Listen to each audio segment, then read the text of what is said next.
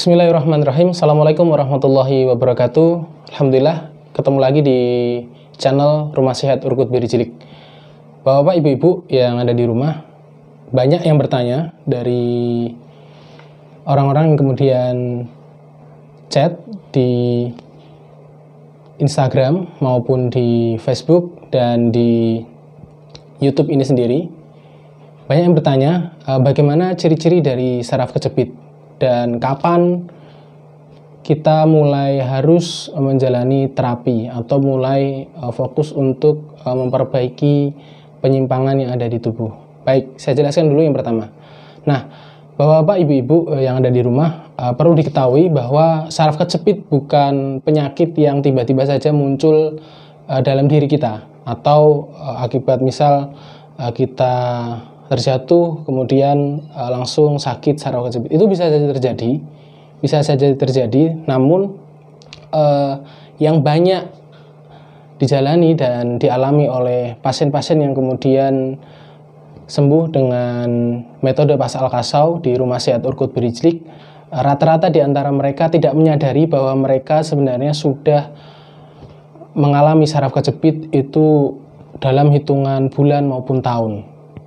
Nah, bagaimana kita bisa mengenali ciri-ciri saraf kejepit itu sendiri? Baik, sudah banyak dijelaskan di catatan-catatan atau dari share-sharean atau beberapa yang dibagikan oleh para dokter, kemudian para terapis yang lain mengenai ciri-ciri dari saraf kejepit.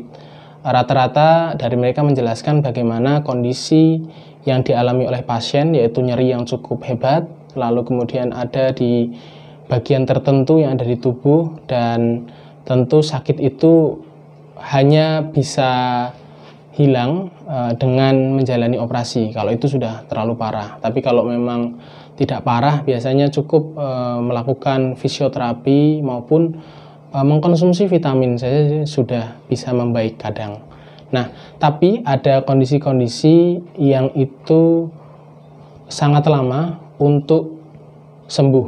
Nah, kondisi yang seperti ini biasanya yang memang cukup mengkhawatirkan karena bisa menimbulkan resiko kelumpuhan. Nah, yang pertama perlu dipahami, saraf kejepit itu sendiri biasanya dialami oleh orang-orang yang melakukan aktivitas berulang-ulang. Nah, aktivitas yang berulang-ulang ini biasanya bisa saja seperti olahraga, yang itu satu sisi. Di video sebelumnya sudah kita bagikan bahwa olahraga-olahraga yang dia menggunakan satu sisi dalam tubuh biasanya cenderung menimbulkan sakit pada tubuh, atau bisa juga itu bisa menimbulkan saraf kejepit dan juga penyakit-penyakit yang lain. Kemudian yang kedua adalah aktivitas-aktivitas berulang seperti aktivitas kerja kita. Pekerjaan yang cenderung itu sering memutar tubuh dan itu dilakukan secara terus-menerus bisa juga menjadi salah satu sebab mengalami saraf kejepit. Kemudian yang kedua adalah ketika kondisi kita jatuh, terutama jatuh terduduk yang menyebabkan tulang ekor masuk dan kemudian menyebabkan penyimpangan atau pergeseran pada struktur rangka. Nah, itu biasanya bisa menjadi pemicu sakit-sakit yang lain, seperti terutama juga saraf kejepit.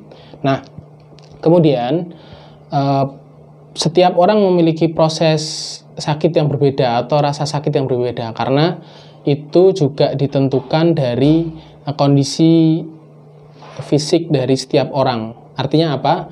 Biasanya kita menemukan orang-orang yang memiliki umur di bawah 30 tahun itu cenderung mereka hanya habis terjatuh seperti itu, mereka cenderung tidak merasakan sakit seperti para pasien yang kemudian dia berumur 40 tahun ke atas. Kenapa? Karena memang kondisi tubuh yang berbeda.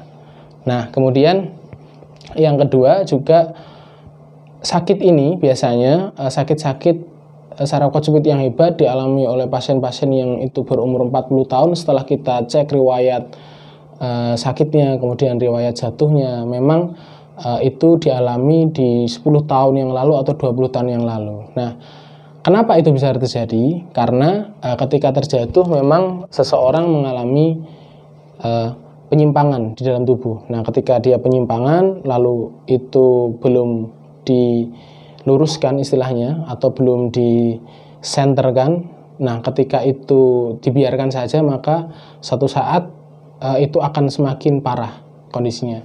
Artinya apa? Artinya memang kita harus cenderung lebih berhati-hati dan kemudian lebih perhatian mengenai kondisi tubuh kita ketika kita mengalami jatuh. Nah, jadi beberapa penyebabnya adalah tadi saya ulangi lagi. Yang pertama adalah masalah terjatuh, kemudian yang kedua karena kondisi aktivitas yang itu dilakukan berulang-ulang, baik itu pekerjaan maupun itu olahraga. Nah, kemudian ciri-cirinya seperti apa saraf kejepit? Nah, tadi sudah dijelaskan bagaimana kondisi saraf kejepit itu, keluhan yang dialami oleh setiap pasien adalah dia merasa sakit di bagian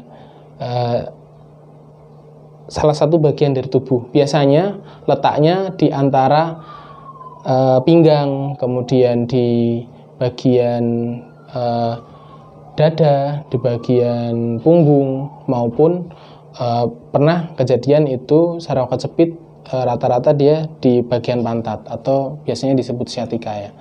Nah, ketika sakit nyeri itu yang sangat hebat dan dia dialami, maka butuh penahan rasa nyeri untuk mengurangi rasa sakitnya. Nah, namun itu semua tidak menjadi solusi karena sakit saraf kejepit hanya bisa diselesaikan ketika kita meluruskan struktur yang itu